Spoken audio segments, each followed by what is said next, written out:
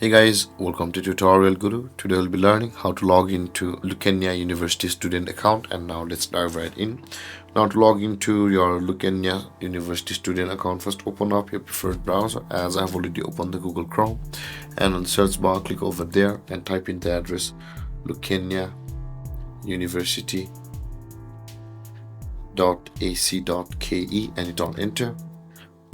And then you'll be directed to the home page of Lukenya University, where on this interface guys, in order to log into your student account, you can see the student option over here, and when you hover over the student option, this option appears, or this box appears, where there is the student portal option, which is the third one.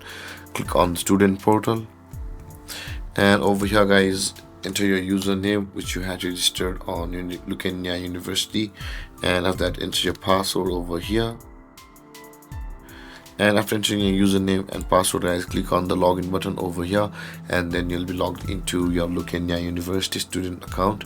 And there guys, this is how to log into your Lukenya University student account.